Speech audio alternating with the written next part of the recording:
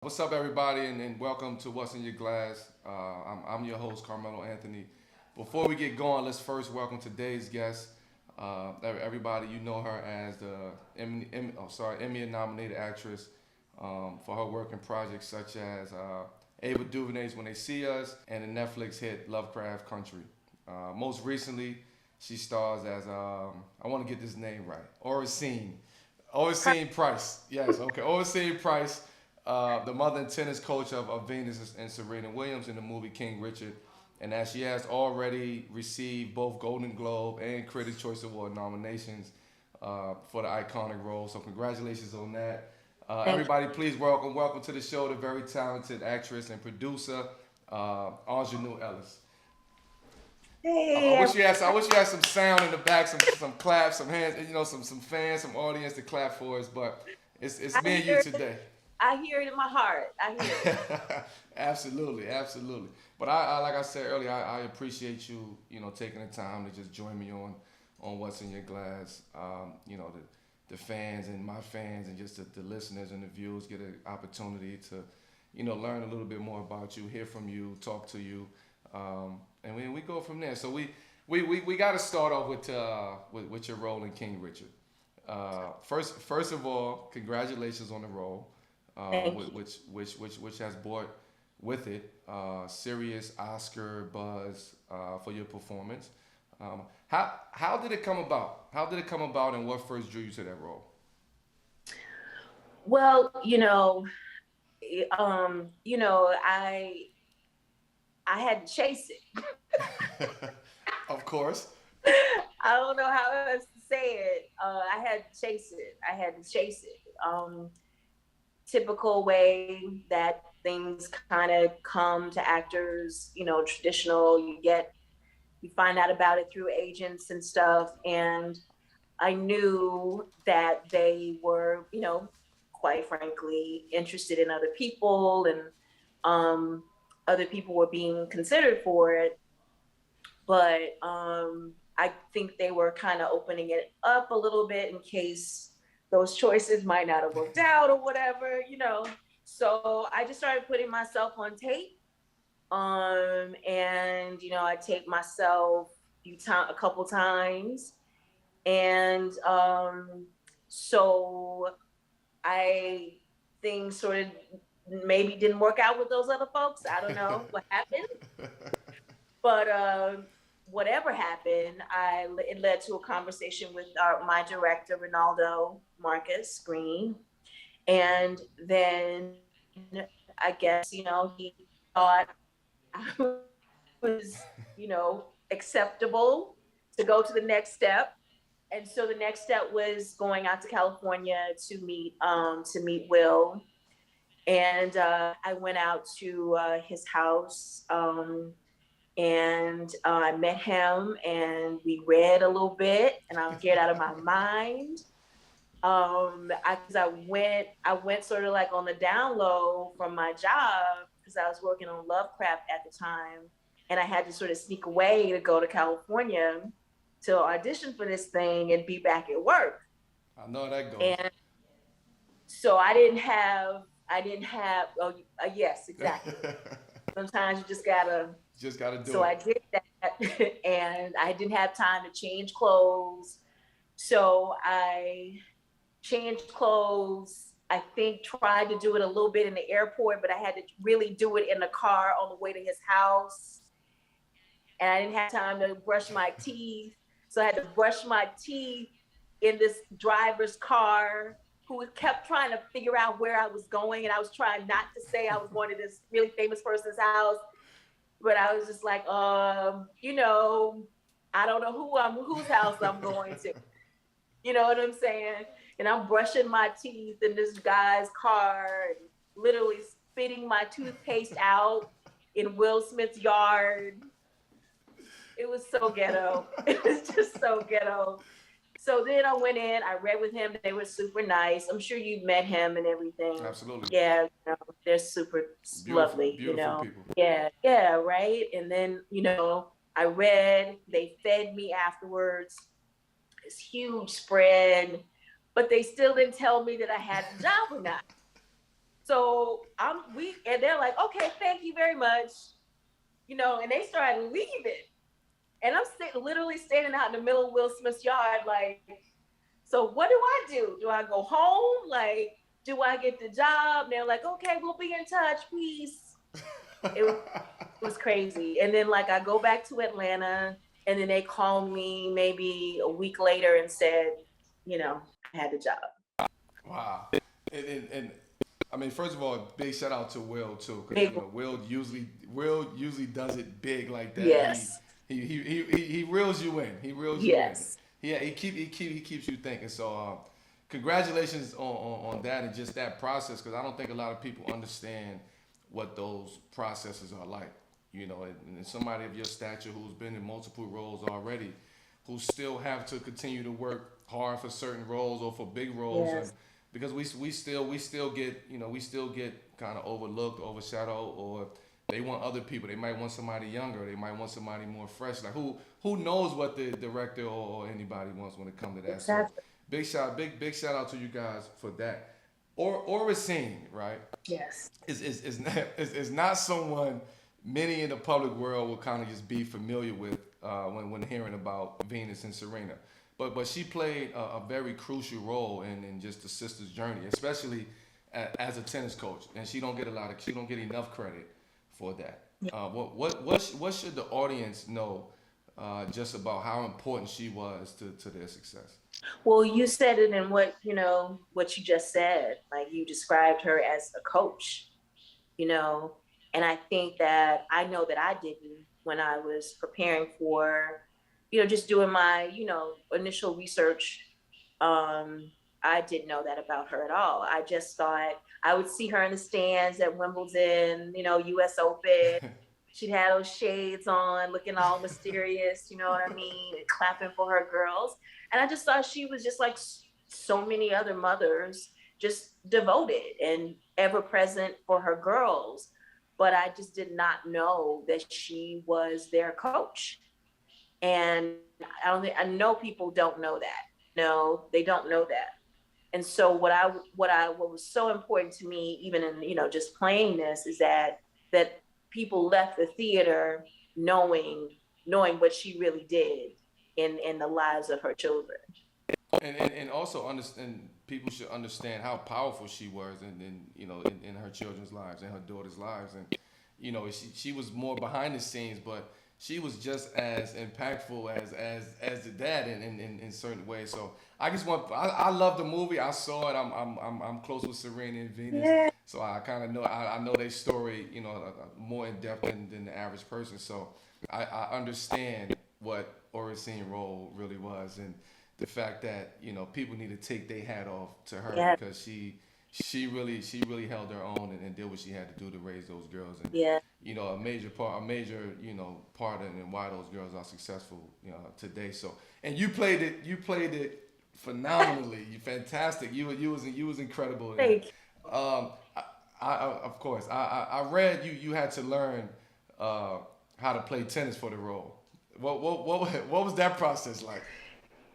Yeah, man, they had me trying to learn tennis. I'm like, I was really like, I'm just gonna be transparent. I was like, really? You want me to really? Because I swear, that's the thing, because I didn't know that. I didn't know she Right. was taught them how to play tennis. I didn't know that. So that was me a little bit being like ignorant and not knowing. And then the other part of it was, thinking like this is a big Hollywood movie. They're gonna have, a stunt woman, a double come in and, shoot the shot. But they were like, nah, B. So I took lessons, God, 3 times a week for several weeks. And those, Wow. oh my God, those days, I was like, oh my Lord, I did not look forward to them. And she is so good at what she does, right? So they had me just sort of learning how to serve, and I did that. But she has this a particular kind of serve that I can't even remember, that they wanted me to learn how to do. And so they were like, yeah, that's cute what you're doing right now, but we need you to learn this other thing that she would do, because it would be a serve that would catch them off guard, right? That a Understood. Yep. particular serve that she would do. And at a certain point during this lesson, I just said, listen, I can't do that. Like, I know what you want from me, but like, this woman is really good. I'm not. Right. I'm not. Um, so it's just not my, it's just not my wheelhouse. And so I was just like, listen, this is not gonna work. We gotta figure something else out. And the thing about that I love is that she's so good. Do you know what I mean? Absolutely. That I mean, of course they were trying to make it look as authentic as possible, but they were trying to get me to achieve something that essentially for the regular person is not achievable. Yeah, it's impossible. It's something that they've been doing constantly for years and years, and they want you to learn it in 3 months. Exactly. Exactly. That's the skill. That's the skill of Oracene Price. Absolutely. Yeah. So working on a biopic movie about a man can often see women characters get into, I would say, cliche mode. But this movie was different in that regard. What was that important to you taking the role? And because Oracene is such a strong character in the film. Yeah, and I think the first time that I read the script, what I liked about it is that she did have more of a stronger voice, a more present voice than you see a lot of times in these, stories about heroic male figures, but I also felt that it could be even stronger. I didn't want to do that, as you said, that cliche, woman behind the scenes, and they just essentially get lost in the story that's about a man. Right. Especially after I found out the truth about who Miss Oracene is and was to Venus and Serena.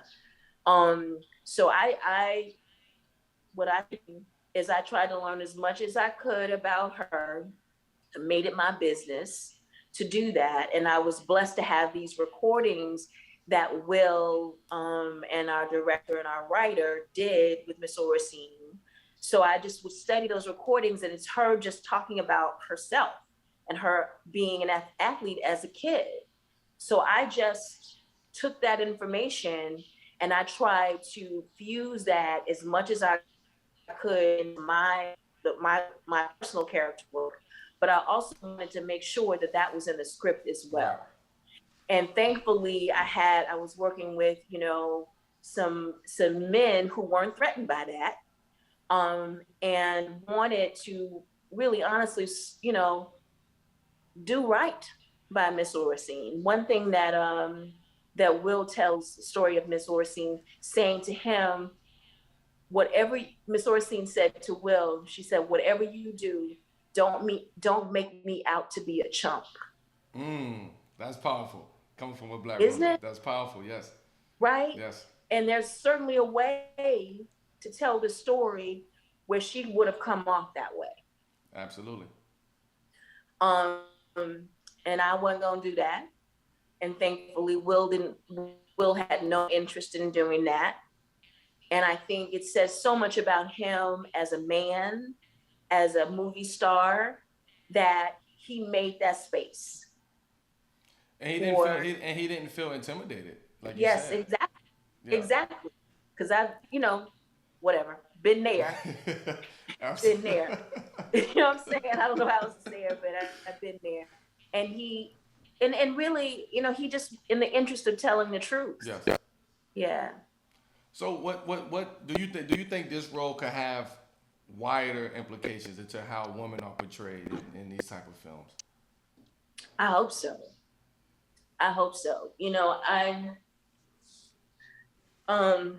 I can be hard to deal with. I'm gonna just tell you. I'm just be honest with you. I can be very hard to deal with. And the reason why I can be hard to deal with is because I'm exhausted with that kind of storytelling. Okay. of it. Understood. You know, it's frankly for me, it's boring. It's not fun to play, and it's not fun to see. I want to see women have their full presence on screen, on stage, whatever the the medium is. And I think people are hungry for that. I think audiences are hungry for that. Yeah. You know, and so I was in a situation with King Richard where I was fighting, but I wasn't fighting by myself. Thank because I was not fighting just for myself. I was fighting for Miss Oracene, and everybody involved wanted to do the best they could by this family. And I've been in situations where that's not the case, where people are intimidated. People don't want, the story of women to be present and alive and real and honest. So if someone ever hires me again, I that's what I come with. Because I have too many. It's just I want to portray something that I want to see. I feel that it is past time for us to be honest about who women are in this world. Agreed. I want to be honest about my mama, my grandmama, and so and what I pray that there will be reverberations for Miss Oracene, because here's the thing, there will be so many more stories told about Venus and Serena, right? Yes. And maybe more stories told about Mr. Richard. There are going to be stories told about Venus and Serena after we're dead and gone. But how many more times are we going to get a chance to tell the story of Miss Oracene? Yes. Yes. And you did. And you. I think if this is the only story that we ever hear about Miss Oracene again, I think you set the tone for that story and bringing people into that world and into her world and giving people a different perspective on who she was as a person, as a mother, as a coach, and as a human being. Because again, like I said, I'm close to the family, so I understand and knows that we gotta take this off to her. Like we gotta give her her flowers. Can I ask you a question? How do you mind? Can I ask you a question? No, of course, of course. So what, them, knowing Venus and Serena the way that you do, and so I'm sure you've been around Miss Oracene as well, right? So I had the same perception of her as you did coming into it. I just thought, because for years we just know Mr. Richard, we know Venus and Serena, we know the sisters. Right. So, I just thought, Miss, she was the maestro behind the scenes. She was, she was just, just quiet and doing her work behind the scenes. So until I actually saw the movie and saw you portray her in that light, I was in the movie theaters like, damn, okay. She's right there. Like this is a collective effort. So I had the same, interpretation of her as you did early on. Yeah. And the other thing about that, imagine this. Well, you don't have to imagine. I mean, the reality is yes, she was their coach, but she was their coach, and she was also their seamstress. She was their cook. She was their chauffeur. You know what I mean? She did all these, and also holding down jobs when Mr. Richard wasn't working. Right. She held it down. I mean, she held it down. She held it down. Was coach. And when I think about that, Carmelo, it kind of, I get emotional about it because I know so many women who have that story, and they're not asking for attention. I'm looking at my sister right now, like doing everything she's doing in this house, and nobody's outside clapping for her. She's just doing it because she loves her family, and it has to be done. Right. And that's Miss Oracene. Yeah. But you summed that up in a nutshell. But lastly, on this particular topic, I have to ask you, like, actual making of the film, right? Like, is there I would say like a story from on the set that kind of just stands out? Because I'm sure it's so many things that's happening, so many moving parts, so much fun, so many, probably tears on the set, reflecting, and it's so much that happens. But what one story from the onset that just stands out?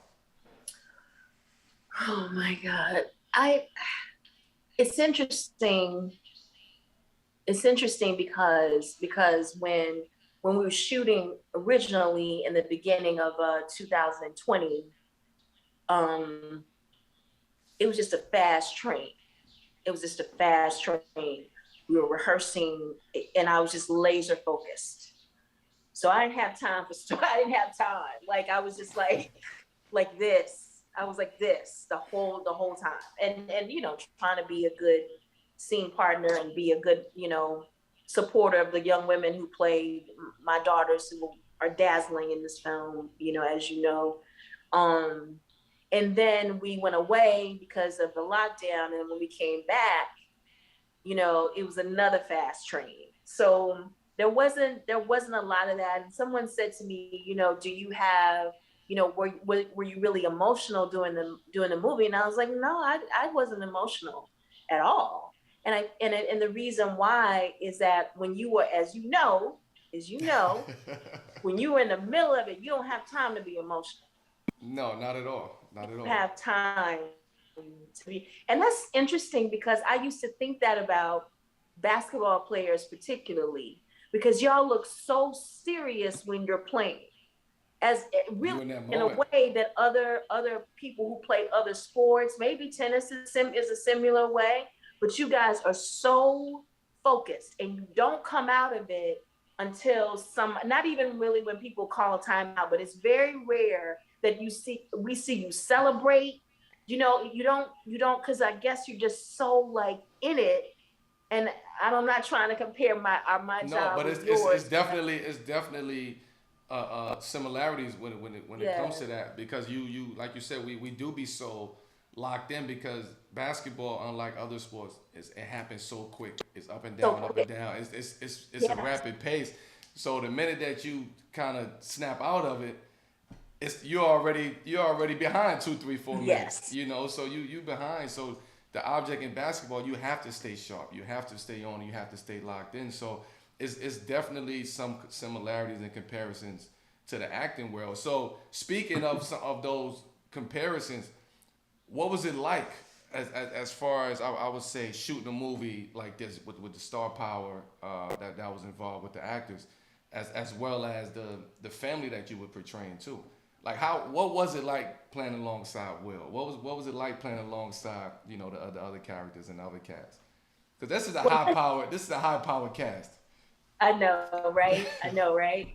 And I think that would be my story. That if I wanted to tell a story about him, it would be, because I get asked that quite often. So what is it like to work with him? And I think that's my story that came out of it. Is that we were on set one day, and an ice cream truck showed up, and so everybody's like, "Ooh, ice cream," And then the next thing we know, we had to go away, and we came back, and the next thing we know, Will had like found the ice cream truck and like got us all ice cream. You know what I mean? And then the other thing that stayed with me is that people think of him, well, he's one of the most famous people in the world. Yes. So there's that. He ain't got to do nothing. Yes. And so there was a background artist who someone thought she made a mistake, and she actually didn't. And so Will witnessed her being sort of berated by this person, and Will was like, no. You don't do that. You don't treat her that way. You don't treat her that way. Wow. And I just watched that, because that's usually stuff I do. Like, no, you don't do that. But for him to do it, it was different. It hit different. It's a different kind of energy. You know what I'm saying? And Yes. and I just loved how, and that happened a couple times on set where a person who's not one of the main characters, but someone who's like supporting us, and they might have made an error, or it could have been construed that they did, and somebody tried it. Somebody tried it. And he was like, no, that's not gonna happen. And so because he brings that energy on set with him, no one is mistreated. You know what I'm saying? Absolutely. Because he's so lovely and so kind, and make sure that everybody is treated really well. It expands everybody's generosity. Yeah, and it brings a different type of energy to the set. Totally. It brings it totally. And then what to your question, that it just makes you a better actor when you're acting with somebody like that. So do you feel more do you feel more comfortable and confident? That's it. So the thing is that when I think about it, I'm like, okay, Will Smith was the lead actor, and then I'm portraying like the mother of Venus and Serena Williams, two of the other two most famous people in the world. You know what I mean? Right. So the great thing is, because he was so lovely and kind to me, I didn't trip about it, because I felt, like you said, safe. And then when they showed up on set, as you know, they're lovely and sweet too. Yes, absolutely. So, yeah. The whole experience was just good. The whole experience was good energy. And it's always good when somebody like a Will can set the tone for the whole set, and not just the actors, but for the workers and the other employees as well. Yeah. Let's jump into, let's take the listeners back a little bit to see how you got to where you are today. You were born in California, but raised in I want to say I was told your grandmother's farm in Mississippi. Yeah. What was it like growing up there?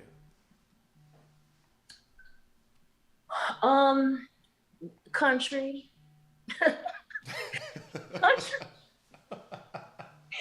Like country. Like I gotta say, like country. Cause I did. I mean, when I came to Mississippi, my grandfather had just passed away, but then very soon after, my uncle came, and I lived on a working farm. We had hogs, we had horses, we had fields of green beans and everything else you could, corn, everything else you can name. We had it. We had sugar cane. We had my homemade molasses. Like, that was my life. Right. That was my life. And I don't know how, we didn't have hogs for a long time, but yeah, I had to slop hogs. I didn't do it too much, but I had to slop some hogs. It was country. All that cliche of like what Mississippi life is like, I did that. Okay. So that's you. That's your backbone. That's what you stand on. That's who you are. When did you, during all of that time, when did you know you wanted to be an actor? Well, I didn't. I mean, I think that well, I know that someone else had to see that in me. And that happened. I was I was like probably 18 or 19, something like that, because I went to school and, did some things with some other folks, and those other folks saw something in me that I didn't have the courage, really. I didn't see it for myself, period. But I think like when you had that kind of background, I don't know what your background is, Carmelo, but when you have a background where, folks ain't got a lot of money, at least in your household, some maybe your family members are okay, but in your household, at least my grandmama was standing in line for government cheese. Yeah, we all did. Come on now. You know what I mean? We all did. So I have a situation where I felt like I didn't want to continue the cycle of poverty. I don't know how else to say that. Yeah. Because I was real old before I realized that I was living in poverty. I did not understand that because my grandmother I never was made to feel that way. But I was fed on food stamps. You know, I was fed on I went to the doctor on Medicaid. Uh-huh. You know, so I didn't. For me, I knew that I had to do something that would help my grandmother.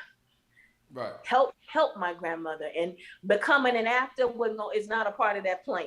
You know what I mean? There was no Absolutely. template for that. So I felt that I needed to do something that I had to follow that path that so many people follow when they come from an environment, come from a background like me. They go to medical school, they become a doctor, they become an educator. Those are the things that they do. But someone saw something in me and said, you need to go down, not down that path, you need to go down this path. And I just kept hearing that person, and that person literally made a path for me. Um, and now I'm sitting here talking to you. That's full circle. I'll tell you that. But Yeah. you eventually ended up at Brown University in that's in Rhode Island, right? Brown University. Yeah. And Yeah. before doing graduate studies at Tisch, the School of Arts, and then in Mm-hmm. NYU, what was it like going from Mississippi, right, and what you just described and explained, to the Ivy League and eventually to New York? Because that's that's two different spectrums. Well, three. You go from Mississippi to Ivy League to New York, which is totally different. Yeah, it's very, very different. I was raised by my grandmother, but my mother was, you know, my mother, the love of my life. And my mother had left and went and lived in New York for a long time. So I lived between two houses, my grandmother's farm and my mother had a trailer. So when I would go to my mama's trailer, she would have these Vogue magazines underneath this glass coffee table. And she would tell me remember Lord and Taylor? Lord and Absolutely. Taylor just closed. Yeah, Absolutely. yeah. So my mother worked at Lord and Taylor, and she was married for a few years to this guy who played for the Jets. So she had like that New York life, Mm-hmm. right? So that planted that in my what New York was. It planted that in my imagination. So honestly, I always felt I was supposed to be in New York City. You felt it. You felt it. You felt the energy. Yeah, You felt the energy. like yes, she like planted this in my imagination, like that canvas, and like she painted that for me. So when I got off the Greyhound bus and got dropped off in Union Square, I was like, I am where I am supposed to be. And I didn't look back, but I was still country. Well, you can work on that part. You can work on that part. As long as you got Yes, there. As long as you got to New yes, York. yes, You- yes. I'll tell you this quick story. Like I needed an apartment. I didn't have money, and I needed an apartment. I was going to graduate school, and I went to talk to this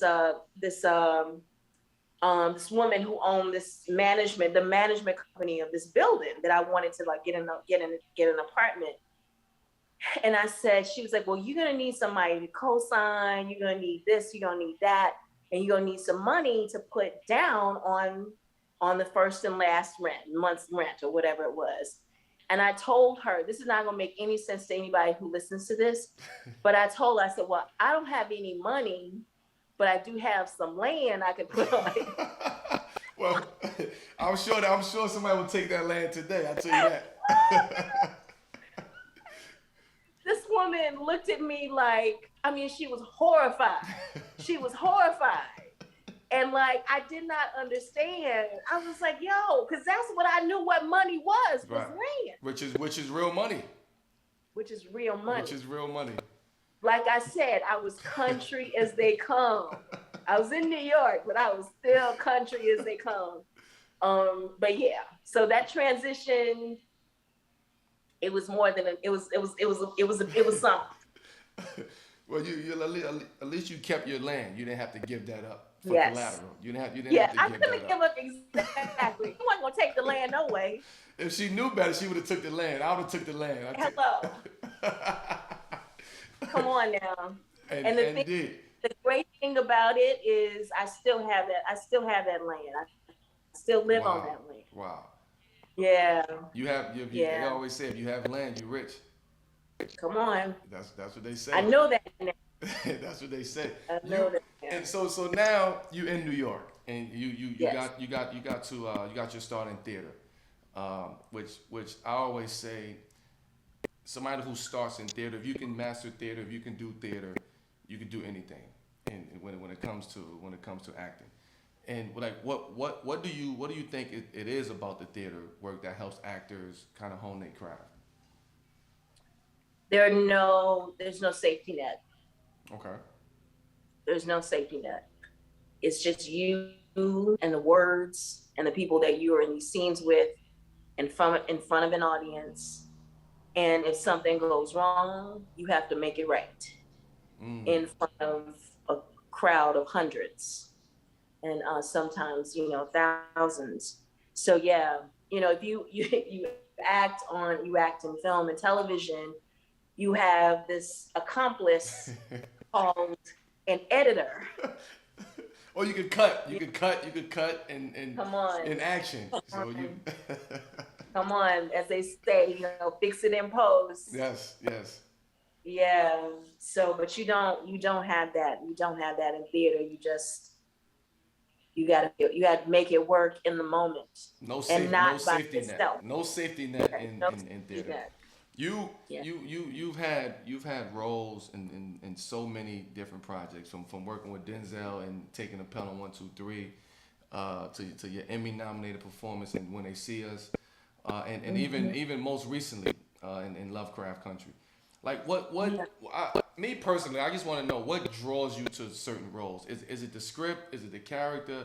Or is it something else? Is it something that you have to feel immediately, or like what is that process? What draws you to that?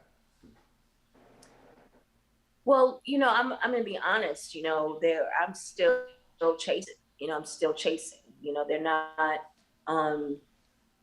Of course, more doors are open than they were 3 years ago. But I'm still chasing, and I'm actively working on doing things and creating things for not necessarily for myself, but creating things that I want to see in the world. I'm not passively waiting for that to happen because it may not ever happen. Right. So I know that I have to do that. Right. So that's at the forefront of where my mind is now, where my heart, where my soul is now. But in terms of the things that come my way and what I gravitate to or don't, and the things that I chase, for me, right now, particularly in the last maybe 3 or 4 years, really 5 years, I don't know what has been happening, but I think that who I am in my personal life has somehow bled into who I am professionally, because I have been playing these roles of these heroic Black women, like time and time again, and not and heroic in the sense that their presence in the world has been transformational. So I haven't really had to put a lot of effort into doing that, because it's sort of been, the dream would be to play Sharon Salam in When They See Us. And, Ava, came my way with that. And the dream would be able to play Hippolyta Freeman. And somehow or another, I was able to be in Lovecraft Country and play Hippolyta Freeman. The dream would be to play Maddie Moss Clark in the Clark Sisters. And I was able, to play my hero. And then I got to play Miss Oracene. And so that I've just been very fortunate in these last few years to do that kind of work. And so I want to continue to do that kind of work, whether I'm in, hopefully can make that happen on my own, but that's what I chase, because I feel I've lived a lifetime, quite frankly, a professional lifetime, where I have been told that, first of all, those women don't Yes. exist. And that we're not we know, and if we know that they exist, we're not interested in telling it. So that's what I'm chasing. That's what I want to do. That is what is I feel like I'm supposed to do.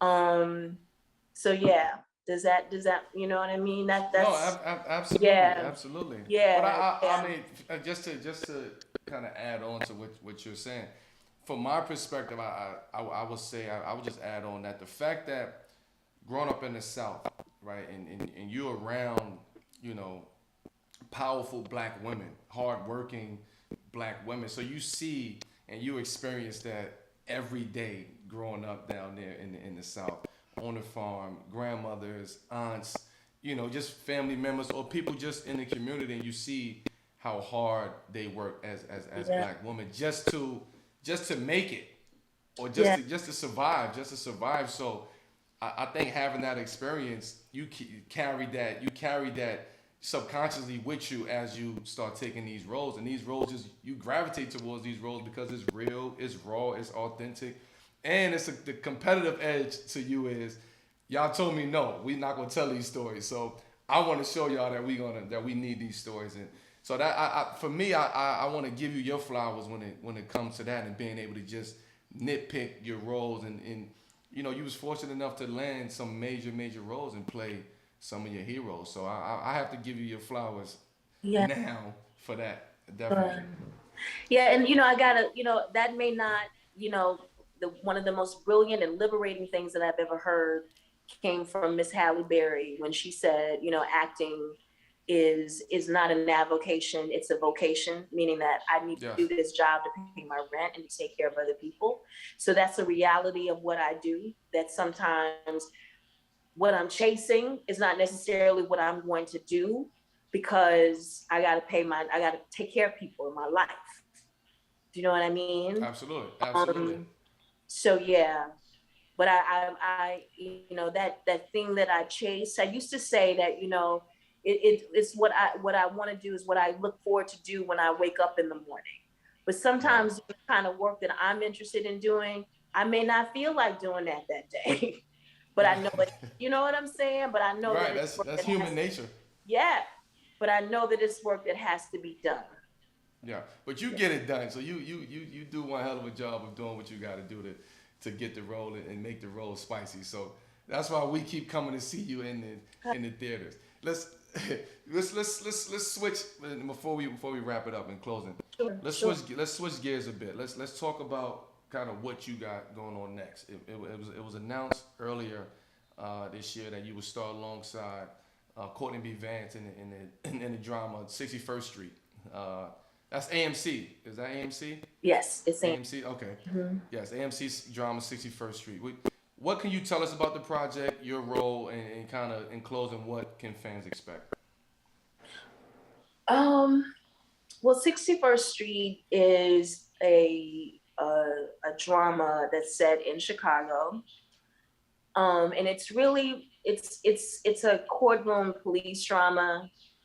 And so the actors, when I say actors, I don't mean like I mean the people involved in the storytelling, the story itself are mainly police officers and lawyers. Um, and a young man has been accused of something, and Mr. Vance is has been tasked to um, defend him. And so it's set in Chicago, which I think is the best thing about it, and because you you can't get more, in terms of like, playing with like the ground that we should be Yeah. playing on in terms of the richness and the Yes. realness of it. That's where that's one of the places we need to be to do that. And Yeah, I could tell you a couple stories about that. But but yeah, and I hope, you know, I haven't seen it. I don't know. I don't know how it's gonna turn out, but I just, you know, I love Chicago. I love that city so much. I fell in love with it, and I just hope we do right by it, you know. And Courtney um, Courtney Vance is wonderful. So yeah, I'm sure you guys are. It'll come off right. Do you get nervous? Like because when I say nervous, yeah, you film something, and then you don't watch it maybe until it comes out, or you do a premiere, or you see it a little bit early. yeah. Are you anxious? Do you get nervous? Are you excited to see how you come off on film and playing in that role? What is the emotions that you come across? Oh man, I don't. That's such a good question because I wonder what I do feel. I wonder what I do feel because I honestly I feel like after I've done it, it's done. There's nothing I can do about it. You know what I mean? Like it's just nothing you can do about it. It's the opposite of theater, right? Like every because the good thing about theater is you get another shot. The You get another shot the next night. You get another shot the next night. With this, it's You done. don't know. It's over. And you don't get any more shots at it. So, you know, there's a certain amount of like letting go that you have to that you have to do. You know, and I guess there's a little bit of anxiety, a little bit of anxiety there.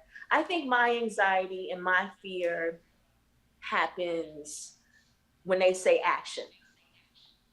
Okay. I think Okay. that's when my anxiety happens. When they say action, and if all my ish is not together, if I didn't prepare as much as I wanted to do, if like all of that stuff, when they say action and that freaking camera is right there, and I'm still as old as I am, I'm still not used to that thing being in my face. I'm still like catching myself looking at the camera, like can't get my bark, like all of that stuff. So when they say action, that's where my fear is. That's where my fear is.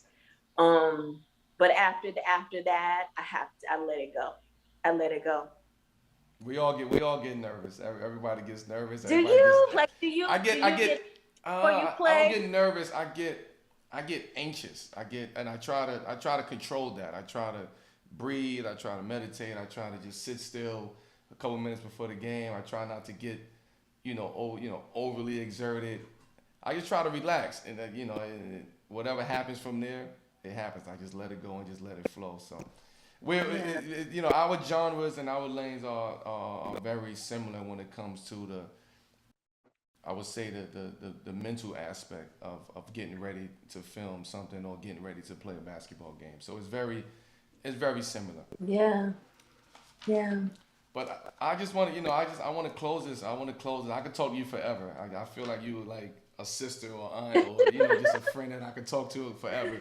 But I just want to say thank you so much for joining me today, and just best of luck with everything you have going on right now. And thank you. I want to thank the audience for tuning in this week. As we all know, please follow, rate, review What's in Your Glass on Apple Podcasts, Spotify, wherever you watch your listen to your podcast. So you can also check the video releases out each week on YouTube. But once again, Aunjanue, thank you so much. It's a pleasure, and I look forward to continue to follow your career and everything that you have going on. So thank you. Thank you. I hate my brother-in-law, and my nephew left. I wanted to meet you. Like getting hair. Oh, absolutely. Oh, my my brother-in-law said, "What's up?" Tell him I said what's up, man. Tell him I said what's up. Thank you so much. Absolutely. Take care, Carmelo. Thank I you. appreciate you. Of course. Good luck. All right. Bye bye.